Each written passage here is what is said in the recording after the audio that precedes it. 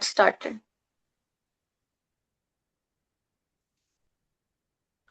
Okay. See. So, just covering the yesterday part so that this part can be recorded. सबसे पहले we have covered the layers of the skin. We started with the topic. There are three layers of the skin. The first layer of the skin is epidermis. Second layer of the skin is dermis, and third layer of the skin is hypodermis. ठीक है?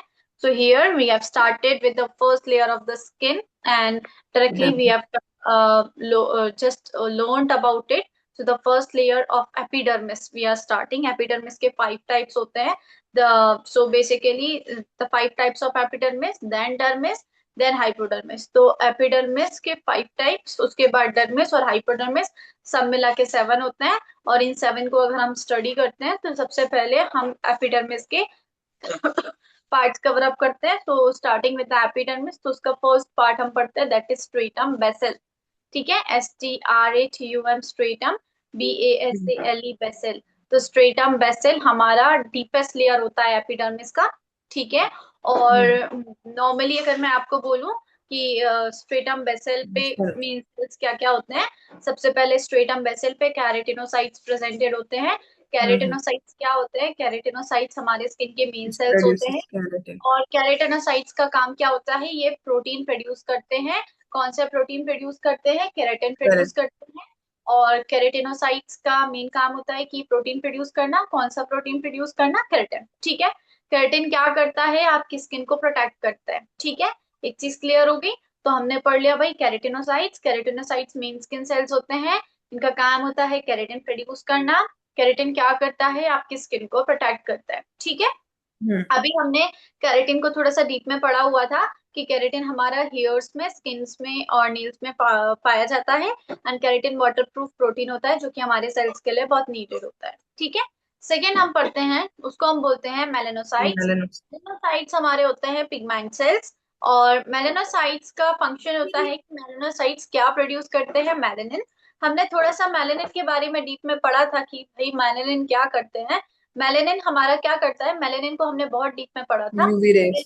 Melanocytes को पढ़ा कि melanocytes क्या करते हैं. तो भाई हमने मेलेनोसाइट्स को पढ़ा कि मेलेनोसाइट्स मेलेनिन प्रोड्यूस करते हैं. इसके बाद सेकेंड हम पढ़ते हैं कि मेलेनिन एक्चुअल में होता क्या है. तो मेलेनिन एक नेचुरल पिगमेंट होता है, एक नेचुरल कलर होता है हमारी स्किन का. ये हमारी स्किन को कलर देता है सॉरी, हमारे हेयर को कलर देता है, हमारी आईज को कलर देता है. और ये कौन प्रोड्यूस करते हैं? मेलेनोसाइट्स प्रोड्यूस करते हैं. क्लियर है यहाँ तक? इसके बाद हमने नेक्स्ट चीज पढ़ी थी कि फंक्शन ऑफ मेलेनिन क्या होता है. तो भाई ये आपको यूवी यूवी. रेस से प्रोटेक्ट करता है. और सेकेंड इज क्योंकि हमारा यूवी रेस हमारे स्किन सेल्स को, हमारे डीएनए को डैमेज कर देता है, इसलिए मेलेनिन एक नेचुरल सनस्क्रीन की तरह एक्ट करता है और ये आपके यूवी रेस को एब्जॉर्ब कर लेता है और आपकी स्किन को प्रोटेक्ट करता है. ठीक है. नेक्स्ट इज मेलेनोसाइट्स को हम प्रॉपर्ली पढ़ते हैं कि मेलेनोसाइट्स क्या होते हैं. Melanocytes are special pigment cells. वो मेलेनिन प्रोड्यूस करते हैं. और सेकेंड इज हमने एक और चीज देखा था कि एक मेलेनिन का प्रोसेस होता है कि कैसे बढ़ता है. हम इसको डीप में नहीं पढ़ना क्योंकि that is not the part of our topic. हमने बस एक चीज देखी थी कि टायरोसाइनेस एंजाइम होता है जो कि हमारे मेलेनिन में कन्वर्ट होता है. ठीक है. तो हमने इसका प्रोसेस, हमें यही याद रखना है कि ये मेलेनोसाइट से ही प्रोड्यूस होता है. बट हमने ये एंजाइम का नाम क्यों पढ़ा? क्योंकि आगे जाके हम इसको रूट कॉज से क्लियर करने के लिए इसका प्रॉपरली हम कॉसेस के बाद ही हम इसका आगे कोई सोल्यूशन निकाल पाएंगे. तो हमने ये देख लिया कि टायरोसाइनेस एंजाइम में जो टायरोसाइन होता है, इंपॉर्टेंट एंजाइम, और tyrosinase that is conversion of tyrosine into melanin. ठीक है, यहाँ तक क्लियर है. इसके बाद हमने एक और चीज आगे पढ़ी थी कि टाइप्स ऑफ मेलानिन क्या होता है. ईयू मेलानिन होता है जो आपको ब्राउन ब्लैक पिगमेंट देता है, ज्यादा स्ट्रॉन्ग यूवी प्रोटेक्शन देता है. एक होता है प्यूम मेलानिन जो येलो रेड पिगमेंट देता है, लाइट स्किन, रेड हेयर, इन सब जगह में वो प्रेजेंटेड होता है. और नेक्स्ट होता है हमारा न्यूरोमेलानिन जो कि सिर्फ आपके ब्रेन सेल्स में प्रेजेंटेड रहता है, जो कि हमारे स्किन कलर से रिलेटेड नहीं होता है. ठीक है. अभी हम देखते हैं कि हमारा स्किन के कलर क्यों डिफर करता है. क्योंकि हमारे ऑलमोस्ट हमारे ह्यूमंस का सेम नंबर ऑफ मेलानोसाइट्स होता है. डिफरेंस सिर्फ इतना होता है कि मेलानिन कितना प्रोड्यूस हो रहा है. ठीक है. और साइज ऑफ मेलानोसोम्स पे भी डिपेंड करता है. और नेक्स्ट इज पिगमेंट के डिस्ट्रीब्यूशन पे भी डिपेंड करता है. ठीक है. अभी हम देखते हैं कि पिगमेंटेशन क्यों होता है. Pigmentation is caused because of the sun exposure. और इसका मोस्ट कॉमन कॉज होता है यूवी रेज. क्योंकि यूवी रेज आपके मेलेनोसाइट्स को स्टिमुलेट करते हैं. ज्यादा मेलानिन प्रोड्यूस होता है, डार्कनिंग होती है, टैनिंग होती है, ठीक है। फिर इसके बाद हम एक और चीज देखते हैं कि भाई pigmentation happens because of inflammation as well.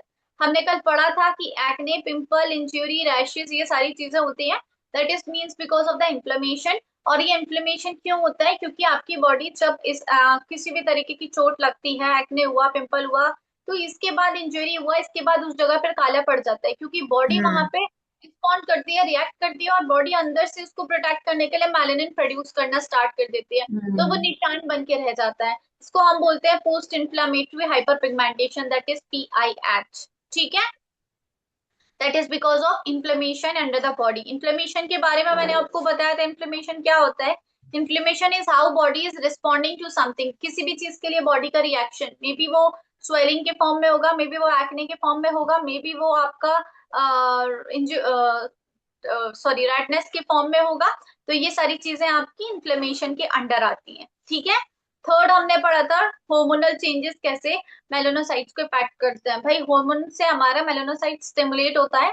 Pregnancy हुआ, PCOS OS हुआ, देन बर्थ कंट्रोल पिल्स की वजह से हमें मेलास्मा हो जाता है। मेलास्मा यूजुअली चीक्स और फॉरहेड और अपर लिप पे होता है। मेलास्मा और पिगमेंटेशन में डिफरेंस ये होता है, मेलास्मा बहुत डार्क होता है, ब्लैक कलर का होता है, ठीक है। मतलब ब्लैकिश, बहुत डार्क, ज्यादा डार्क ब्राउन हो जाता है। इसके बाद नेक्स्ट चीज आती है हमारी एजिंग, एक बहुत बड़ा फैक्टर है, क्योंकि अनइवन पिगमेंट अपीयर्स होता है एजिंग की वजह से, एज स्पॉट, सन स्पॉट्स। हमने एक और चीज पढ़ी थी फ्रिक्शन की, भाई फ्रिक्शन की वजह से भी, कांस्टेंट रबिंग की वजह से, जैसे मैंने आपको एग्जांपल बताया था, for the neck, for the underarms and for the thigh area, हम कांस्टेंट रबिंग करते हैं तो इससे भी एरिया ब्लैक पड़ता है, पिगमेंट स्टिमुलेट होता है। हीट की वजह से भी पिगमेंटेशन वर्जन होता है। Then genetic is the main factor, कि भाई some people naturally produce more melanin, that is the genetic factor. Is it clear to you? चलो आगे बढ़ते हैं। हाइपर पिगमेंटेशन मतलब क्या होता है? मेडिटेशन। हाइपर मतलब होता है मोर, मतलब ज्यादा मेलानिन।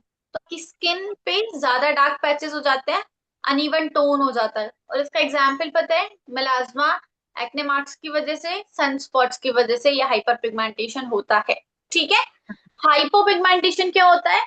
मेलेनिन कम की वजह से आपकी स्किन लाइटर हो जाती है, और कुछ चीजें जैसे विटिलिगो मैंने कल आपको बताया था, व्हाइट पैचेस आपको बताया था, ये सारी चीजें आपको आ जाती है, व्हाइट रैशेस टाइप की, और व्हाइट व्हाइट स्पॉट्स आ जाते हैं, इसको हम विटिलिगो बोलते हैं। दैट इज बिकॉज की बॉडी में मेलेनिन प्रोड्यूस नहीं हो रहा है, ठीक है। इसके बाद टैनिंग पे आते हैं कि भाई यूवी जब आपकी स्किन को हिट करता है तो मेलेनोसाइट्स आपके एक्टिव हो जाते हैं, ज्यादा मेलेनिन प्रोड्यूस होने लगता है। तो भाई टैनिंग एक सन को डिफेंस करने के लिए मैकेनिज्म है, ठीक है। हम्म। अभी इसके बाद पिगमेंटेशन इतने टाइम के लिए क्यों रहता है? क्योंकि मेलेनिन बेसिकली क्या होता है, एपिडर्मिस लेवल पे होता है, कभी कभी डर्मिस लेवल पे भी होता है। तो भाई जितना ज्यादा पिगमेंटेशन डीपर होगा उतना ज्यादा फेड करने में उसको टाइम लगेगा, ठीक है। इसके बाद हमने कल एक और चीज पढ़ी थी कि पिगमेंटेशन के हमने पार्ट्स पढ़े, टाइप्स पढ़े थे, कौन कौन से हम्म। पिगमेंटेशन होते हैं। तो हाइपर हाइपो तो हमने पढ़ ही लिया था। इसके बाद हमने इसको देखा था कि भाई इसके टाइप्स में क्या क्या हम गिनते हैं। तो सबसे पहले हम पढ़ते हैं मेलास्मा, जो कि होमोनल होता है। इसके बाद हम पढ़ते हैं ये इन्फ्लेमेशन की वजह से, दैट इज PIH। इसके बाद हम पढ़ते हैं PIH सनस्पॉट, क्या, H क्या है? सॉरी, H आई कुडंट बताया नो। था ना, post inflammatory hyper pigmentation, hyper pigmentation, okay. ठीक है, ऑकर्स आफ्टर एक्ने, पिंपल और इन सब की वजह से। और सनस्पॉट्स, इसके बाद फ्रेकल्स कल बताया था, that is small brown pigments. और फिर इसके बाद टैनिंग, मतलब पूरे फेस पे जो पिगमेंटेशन होता है वो हम डल स्लोअर कर देते हैं, उसकी वजह से टैनिंग होता है, ठीक है। अभी फिर उसके बाद नॉर्मली आफ्टर टैनिंग हम देखेंगे कि भाई पिगमेंटेशन को हम भाई होता कैसे है, ये तो हमने पढ़ लिया। अभी हम इसको सही कैसे कर सकते हैं? तो सबसे पहले मैंने आपको बताया, इसको सही करने के लिए हमने कल देखा था कि सनस्क्रीन सबसे बड़ा एस्पेक्ट होता है, क्योंकि पिगमेंटेशन वापस से आएगा अगर सनस्क्रीन नहीं लगाओगे, मेलेनोसाइट्स एक्टिव रहेंगे। तो इसके लिए आपको broad spectrum SPF 30 to 50 use करना पड़ेगा डेली, और reapply after 2-3 hours when you are outdoors, ठीक है। और मेलास्मा, एक्ने मार्क, सनस्पॉट्स के लिए बहुत इफेक्टिव होता है, ठीक है। इसके बाद इन्फ्लेमेशन को रिड्यूस करो, मतलब एक्ने को पिक करना कम करो, हार्श स्क्रब करना कम करो, एक्सप्लॉइट कम करो, स्ट्रॉन्ग वीट DIY रेमेडीज भी ज्यादा अप्लाई नहीं करना चाहिए। और बॉडी को भी ट्रीट करो नॉर्मली कि प्रॉपर स्लीप, प्रॉपर एवरीथिंग, की इन्फ्लेमेशन बॉडी में होना ही नहीं चाहिए। इसके बाद बैरियर रिपेयर की, Barrier. भाई प्रॉपर बैरियर आपको Moisturizer. लगाना है, मॉइस्चराइजर। इसके बाद आपका इंग्रेडिएंट्स जो उसमें हेल्प कर सकता है वो होता है नाइसिनामाइड, क्योंकि आपका ऑयल कंट्रोल को हेल्प करता है, ब्राइटनिंग में हेल्प करता है। Vitamin C brightness, sun damage और अनइवन टोन में हेल्प करता है। ये एप्लीकेशन देख रहे हैं आप। फिर उसके बाद मैंने आपको अल्फा आर्बिटिन बताया था, ये आपके एक्सेस मेलानिन को रिड्यूस करता है। और सबसे इंपॉर्टेंट हमने कल एजेलिक एसिड पढ़ा था, जो कि हमारे एक्ने पिगमेंटेशन रेडनेस सबको खत्म कर देता है। Inflammation glow. इसके बाद हमने एक कोजिक एसिड बताया था, मैंने आपको बोला था पिगमेंटेशन के लिए कोजिक एसिड होता है, क्योंकि ये मेलानिन फॉर्मेशन को कम करता है। और retinol, retinoids basically acne marks को और अनइवन टोन को रिड्यूस करने में हेल्प करता है। फिर हमने नॉर्मली आपको देखा था कि जेंटल एक्सप्लॉइटेशन, जैसे कि हम लैक्टिक एसिड, ग्लाइकोलिक एसिड, इन सारी चीजों को यूज करना है, बट ओवर यूज नहीं करना। हाइड्रेशन सबसे ज्यादा इंपॉर्टेंट होता है, ठीक है, पानी पीना, हाइड्रेट रहना अंदर से। देन हेल्दी डाइट मैटर करती है, क्योंकि हेल्दी डाइट में क्या क्या आ रहा है, विटामिन सी फूड्स आ रहे हैं, एंटीऑक्सीडेंट्स आ रहे हैं, प्रोटीन आ रहे हैं, हेल्दी फैट्स आ रहे हैं। अभी हमने एक प्रोसेस पढ़ा था कि हमारा मेलानिन कैसे बनता है, तो उसमें हमने विटामिन सी पढ़ा था। विटामिन सी हमने क्यों पढ़ा था, हमने विटामिन सी इसलिए पढ़ा था क्योंकि vitamin C helps in breaking that enzyme. कौन सा एंजाइम? टायरोसाइनेस को ब्रेक करने में मदद करता है। जब टायरोसाइनेस ही ब्रेक हो जाएगा, उसका ही फॉर्मेशन रुक जाएगा, तो हमारा आगे जाके पिगमेंट बनना कम हो जाएगा, ठीक है। दूसरी चीज मैंने आपको ये भी बताया था, ये डायरेक्ट पिगमेंट को भी तोड़ता है, और इसलिए विटामिन सी बहुत इफेक्टिव होता है। Is it clear to you? है ना। और ये कौन कौन से फ्रूट्स में होता है? साइट्रस फ्रूट्स, बेरीज, ठीक है। इसके बाद आपके लिए हेल्पफुल फूड नट्स हुए, सीड्स हुए, पनीर हुए, ग्रीन वेजिटेबल्स हुए। सबसे ज्यादा इंपॉर्टेंट होता है स्लीप और स्ट्रेस। स्लीप प्रॉपर लो, स्ट्रेस लेवल कम रखो, ठीक है। तो हमने ये सारी चीजें प्रॉपरली क्लियर कर ली। कभी फेस पे लेमन डायरेक्टली अप्लाई नहीं करना, नहीं तो बोल दिया कि विटामिन सी तो लोग लेमन लगा रहे हैं। टमाटो इज ओके, वो थोड़ा अलग है, बट नहीं लगाया करो। मैं कभी ऐसे डीआईवाई फेस मास्क नहीं बताती हूँ। हार्ड स्क्रब्स कभी नहीं लगाने। टूथपेस्ट हैक ये जो बताते हैं, बेकिंग सोडा हैक ये जो बताते हैं, ये सारी चीजें कभी नहीं। और स्टेरॉइड्स कभी नहीं लगाने चाहिए। क्रीम्स में चेक किया करो कि वो स्टेरॉइड तो नहीं है, ठीक है। आपने सुना होगा पहले ना, कुछ दो तीन नाम से क्रीम्स आती थी ये स्टेरॉइड्स वाली, क्या तो उसको हाँ. बोलते थे, मुझे याद नहीं है कौन सा आयुर्वेदा, वीका आयुर्वेदा, कौन सा, मुझे नाम उसका याद नहीं है। याद है ना, ब्राइटनिंग क्रीम हर लेडी लगाना स्टार्ट कर दिया था, और ना 1 महीने के अंदर पूरा रिजल्ट्स मिल गया था, और बहुत कम कॉस्ट में आती थी, 150 समथिंग में। और उससे पता है क्या हुआ, वो स्टेरॉइड थी, जैसे ही उसको लगाना छोड़ा तो स्किन बहुत फिर से आ बेकार। जाएगी. तो ये बहुत सारे लोगों के साथ, ये बेसिकली ना 2-3 इयर्स बैक बहुत सारे लोगों ने ये इश्यू फेस किया था, जब ये स्टेरॉइड क्रीम बनना स्टार्ट हुए थे। मतलब स्टार्ट तो पहले स्टीरॉइड्स से का हुआ, वही होता है, स्टार्ट जल्दी से हो हाँ, जाता है, अच्छा फिर से होता दोबारा है, से. बट जल्दी वापस से बेकार हो जाता है। होम हम्म. रेमेडीज आप एलोवेरा, योगर्ट, ये सारी चीजें, राइस वाटर, है ना, ये यूज कर सकते हो। फेस योगा का कनेक्शन है कि भाई वो सर्कुलेशन को, पफिनेस को हेल्प करता है, और नॉर्मली जब ब्लड फ्लो हमारे फेस पे बढ़ता है तो पिगमेंटेशन खत्म हो जाता है। That's it, ठीक है।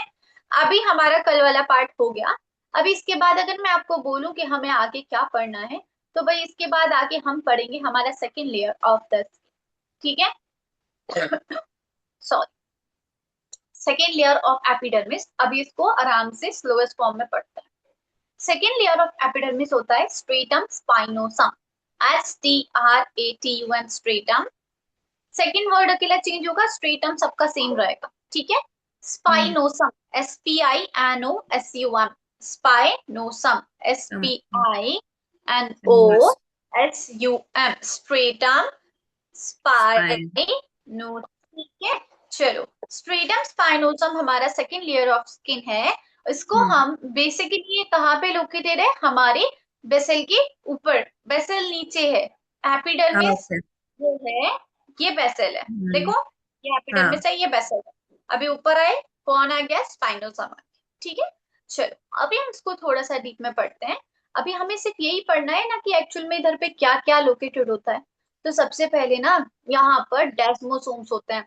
हमने 10th स्टैंडर्ड में पढ़ा था ना, लाइसोसोम, सुसाइडल बैग जो होते हैं सेल्स के, हाँ. माइटोकॉन्ड्रिया, हाँ. ये 4-5 वर्ड्स अपन पढ़ते थे। माइटोकॉन्ड्रिया. तो सिमिलरली ऐसे ही ना एक डेस्मोसोम्स होते हैं। क्या आते हैं? डेस्मोसोम्स. डेस्मोसोम, DESMOSOMES, desmosomes. ठीक है, Okay. डेस्मोसोम्स पता है क्या होता है? डेस्मोसोम्स पता है ये क्या होता है? डेस्मोसोम्स आर टाइनी स्ट्रक्चर्स जो कि आपके सेल्स को ज्वाइन कर रहे होते हैं साथ में, है ना? हाँ हम कह सकते हैं कि हमारी स्किन की सेफ्टी पिन है या हमारी स्किन का ग्लू है, जो हमारा सेल्स को जोड़ के सेल्स। रखते हैं, and they prevent cells from tearing apart, वो बाहर नहीं टूटने देता है, तो सेल्स को ज्वाइन करके रख रहे हैं। तो यहाँ पे क्या लोकेटेड होता है? डेस्मोसोम्स, क्योंकि डेस्मोसोम्स यहाँ पे टाइनी ब्रिजेस होते हैं, और हम इसको बोल सकते हैं ग्लू, या हम हम्म स्किन को सेफ्टी पिंस बोल सकते हैं, जो कि हमारे सेल्स के बीच में रहते हैं और हमारे सेल्स को जोड़ के रखते हैं। तो स्ट्रेटम स्पाइनोसम में हमारी एक चीज लोकेटेड होती है जो कि डेस्मोसोम्स है, और हमने डेस्मोसोम्स को क्लियरली पढ़ लिया कि desmosomes are something like glue, और द सेफ्टी पिंस जो हमारे सेल्स को जोड़ के रख सेल्स रहे को हैं, join हमारे कर। सेल्स को चिपका के रख रहे हैं। Is it clear? चलो, इसके बाद सेकेंड थिंग यहाँ पे क्या, कौन से मेन सेल्स प्रेजेंटेड है वो हमें पता है, केराटिनोसाइट्स हम्म प्रेजेंटेड है, क्योंकि वो तो रहेंगे ही सारे लेयर्स पे। लेकिन हम्म ये ना, यहाँ पे मैंने आपको बोला था ना कि केराटिनोसाइट्स आगे बढ़ते बढ़ते ज्यादा प्रोटीन प्रोड्यूस करने लगते हैं, अभी तो भाई वो बच्चे हैं। हम्म, तो this keratinocyte starts producing more keratin. हाँ ठीक है, तो स्पाइनोसम पे क्या होता है? केराटिनोसाइट्स हमारे ज्यादा प्रोटीन प्रोड्यूस करने लगते हैं। Is it clear? हम्म, इसके बाद यहाँ पे एक और चीज बहुत इंपॉर्टेंट लोकेटेड होती है, प्रेजेंटेड होती है, जिसको हम बोलेंगे Langerhans cell. LANGER, Langer, HANS Hans, Langerhans cells. Cells. Langerhans cells पता है कौन होते हैं? लैंगर हेंस सेल्स होते हैं इम्यून सेल्स। ठीक है, जो हम्म आपके बैक्टीरिया को, आपके जर्म्स को, और कोई भी फॉरेन सब्सटेंसेस को फाइट करने में हेल्प करते हैं। तो Langerhans cells are presented here. Langerhans cells को हम इम्यून सेल्स बोलते हैं, जो कि आपके बैक्टीरिया को, जर्म्स को और फॉरेन सब्सटेंसेस को फाइट करने में हेल्प करते हैं। Is it clear to you? Hmm Langerhans cells किस चीज के लिए होते हैं भाई? लैंगरहैंस सेल्स हमारी immune इम्यून cells प्रोटेक्शन के लिए होते हैं, आपके to स्किन fight को with foreign substances and bacteria. हाँ, तो भाई इसके हम फंक्शंस बता सकते हैं कि ये स्ट्रेंथ में हेल्प करता है। क्यों? क्योंकि आपकी स्किन को स्ट्रेंथ दे रहा है, फ्लेक्सिबिलिटी दे रहा है। डेस्मोसोम्स है भाई, ये स्ट्रेंथ दे रहा है सेल्स को टाइटली होल्ड करके, है ना? सेकेंड हम्म हो रहा है हमारा केराटिन प्रोडक्शन। केराटिन प्रोडक्शन यहाँ पे बढ़ जाता है ना, क्योंकि इससे हमारा स्किन का मोर ब्राइयर ज्यादा प्रोटेक्टिव हो जाता है। इसके बाद इम्यून प्रोटेक्शन कौन दे रहा है? लैंगरहैंस सेल्स, है ना? क्लियर है? तो हमने हम्म पढ़ लिया भाई, क्या पढ़ लिया हमने?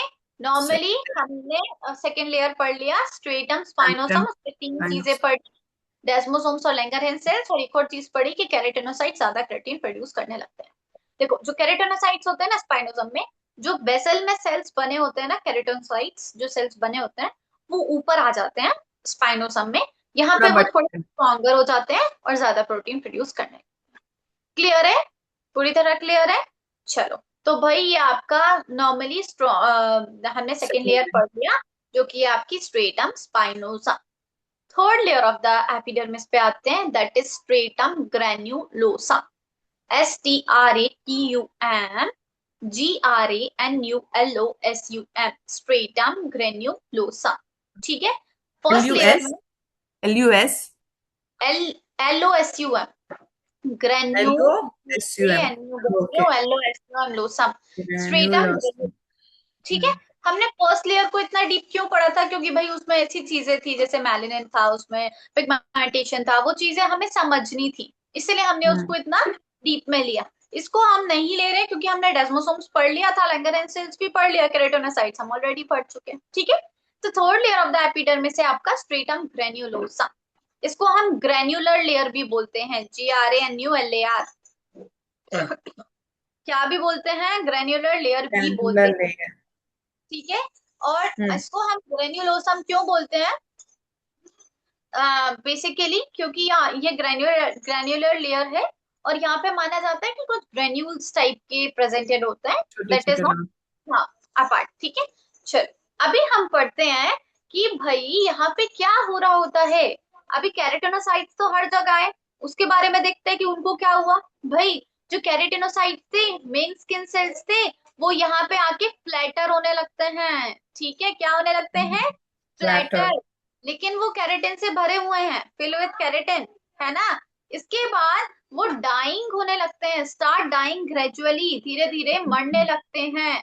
अभी मरे नहीं है, डाइंग प्रोसेस यहाँ पे चालू होता है। ठीक है, डाइंग प्रोसेस मतलब बहुत बड़ा है, धीरे धीरे मरेंगे अभी। तो become flatter, fill with keratin and start dying gradually, ये तीन चीजें यहाँ पे केराटिनोसाइट्स कर रहे हैं। पहला become flatter, second fill with keratin, third start dying gradually. ठीक है, मेन फंक्शंस क्या होते हैं स्ट्रेटम ग्रैन्युलम की। नॉर्मली यहाँ पे ना एक्चुअल में एक और चीज होने लगता है यहाँ पे, कि जो आपके सेल्स होते हैं ना, they start losing nucleus. Cells के अंदर न्यूक्लियस होता है ना, हमने देखा था ना। तो सेल हाँ। की डेथ की प्रोसेस यहाँ पे स्टार्ट हो जाती है, और जो सेल्स होते हैं ना वो न्यूक्लियस को स्लोली लूज करने लगते हैं, है ना। और they begin transforming into dead protective cells. अभी स्टार्ट हो रहे हैं, अभी हुए नहीं है। They begin transforming into dead protective cells. तो यहाँ पे डेड। क्या हो रहा है, डेड हाँ। Protective cells.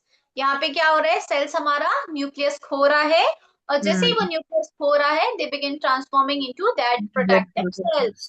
ठीक है, इसके बाद यहाँ पे एक और चीज होता है, कि यहाँ पे जो सेल्स है ना ये लिपिड्स रिलीज करते हैं। लिपिड्स मतलब एक तरीके का फैट, है ना। और ये जो लिपिड्स होते हैं ना, ये स्किन का बैरियर बन जाते हैं, जो कि वाटर लॉस और ड्राइनेस में हेल्प करते हैं। क्लियर हाँ हाँ। है ना। Preventing water loss, okay. हाँ, और ये लिपिड्स को ना क्या समझो आप, सीमेंट की तरह समझो, कि सेल्स हैं जो वो ब्रिक्स हैं, और जो लिमिट लिपिड है जो सीमेंट को चिपका के रखा है। काइंड जब ऑफ। ब्रिक्स तभी होंगे ना जब बीच में सीमेंट होगा। तो हाँ। लिपिड को आप सीमेंट की तरह समझो, ठीक है। तो वाटर प्रूफ बैरियर बनाते हैं। तो भाई हमने पहले सबसे पहली चीज यहाँ पे पढ़ ली कि स्ट्रेटम ग्रेन्युलोसम हमारा ग्रेन्युलर लेयर है। और इसके बाद यहाँ पे मेन सेल्स जो होते हैं वो होते हैं केराटिनोसाइट्स।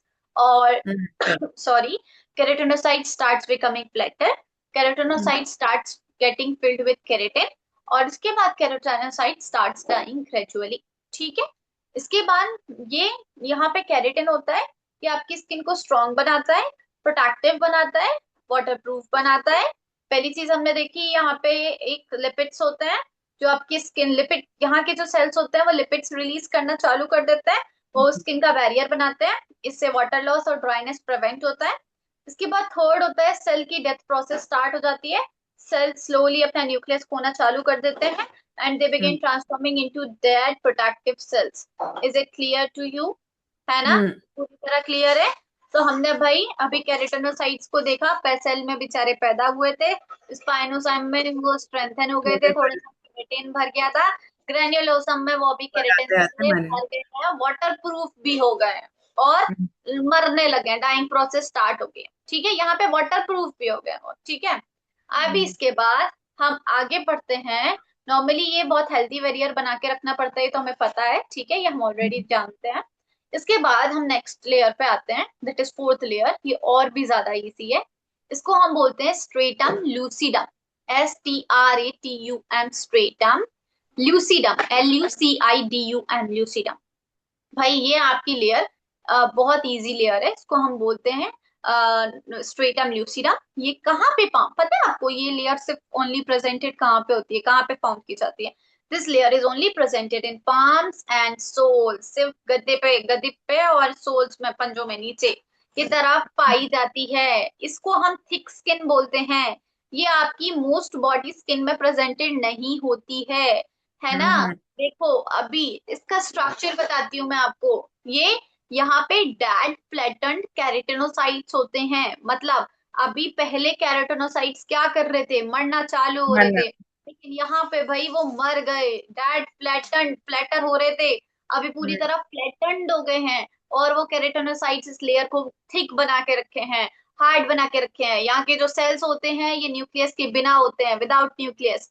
तो ये जो होते हैं ये केराटिन प्रोटीन से भरे हुए होते हैं। इसे क्लियर, लेकिन भरे हैं, अभी भी भरे हैं, ऐसा नहीं है ना, केराटिन प्रोटीन से भरे हुए हैं। ठीक है, तो यहाँ पे क्या हो रहा है, अभी देखो एक चीज मैं आपको बताऊं, ये यहाँ पे आपको एक्स्ट्रा प्रोटेक्शन देता है ये लेयर, क्योंकि ये आपको बेसिकली इस लेयर पे होता है, क्योंकि ये वाले एरिया को देखो, हाथ अगर हम दीवार पे चढ़ेंगे तो हम स्किन से तो नहीं चल सकते हैं अभी। हाँ, हम गर्म पे भी चलते हैं, हम ठंडे पे भी चलते हैं, हम कांटों में भी चलते हैं, हम पत्थर पे भी चलते हैं। तो भाई ये आपके एरिया को प्रोटेक्ट करता है। स्पेशली हाथ कैसे चल रहा है, कोई कहीं से फ्रिक्शन आ रहा होगा ना, कोई प्रेशर आ रहा होगा, इसके बल चल लेंगे क्या, इस पे तो एक चीटी भी नहीं, मतलब तो नॉर्मली हम यहाँ कुछ रब भी नहीं कर सकते हैं, बट हाथों के ऊपर हम चल लेंगे, because it protects the areas with friction pressure. यहाँ पे एक्स्ट्रा प्रोटेक्शन नीडेड होता है ना, जैसे कि अगर आप वॉकिंग करोगे, ग्रिपिंग, क्या भाई फ्रिक्शन ही नहीं होता तो चल कैसे पाता बंदा, फिसल जाता है, प्रेशर कहाँ से आता।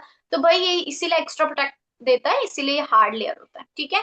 दूसरी चीज क्या होता है भाई, ये आपके डैमेज को बचाता है। अगर आपके पाँव देखना कितने बार इंजुरी हो रही है, कितना लगता है पैर में, अगर ये हमारे फेस पे या कहीं और लग रहा होता तो हम बियर कर पाते, कभी नहीं, है ना। तो ये आपके पाम्स और सोल्स को नॉर्मली मैनेज करता है वियर एंड टियर से और इंजुरी से। उसके बाद एक वाटर प्रूफ सपोर्ट, भाई दिन भर हाथ पानी में है, दिन भर पंजे पानी में है, तो भी तो आपके स्किन बैरियर को ये सपोर्ट कर रहा है ना।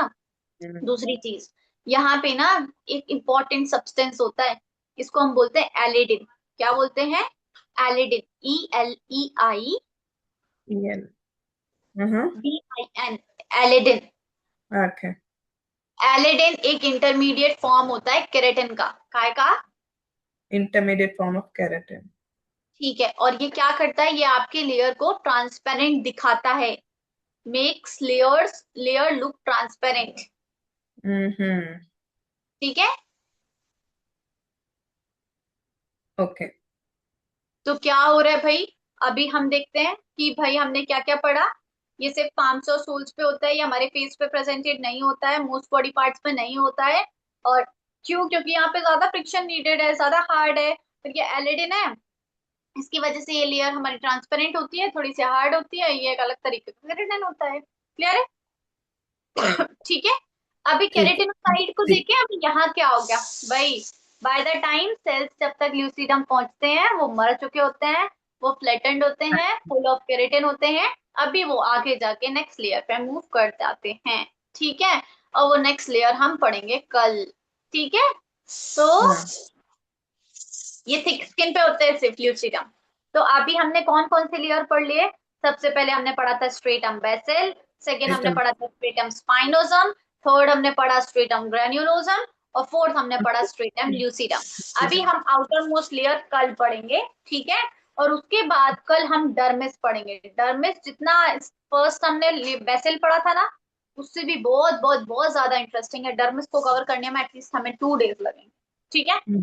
तो पहले हम करेंगे कल स्ट्रेटम लास्ट कॉर्निया, उसके बाद हम करेंगे डर्मिस, और फिर हम फर्स्ट। हाइपोथर्मिस। ये वाला वीक हमारा layers of the skin cover up हो जाएगा पूरा, ठीक है। Is it clear to you? इस पर आई थिंक थर्सडे को ही हो जाएगा पूरा, ठीक है। 2 दिन डर्मिस के लिए चाहिए हमें, अच्छा वेंसडे थर्सडे, हाँ फ्राइडे को अप्रोक्स हमारा ये लेयर्स ऑफ द स्किन पूरा टॉपिक कवर अप हो जाएगा, इंक्लूडिंग डाउट्स, इंक्लूडिंग एवरीथिंग, ठीक है। फिर हम आगे मूव ऑन करेंगे। Is it clear to you? Perfect. तो इसका प्रॉपरली रिवीजन करना, कल हम आगे पढ़ते हैं, ठीक है। Okay, okay, so thank you so much, bye bye. Thank you.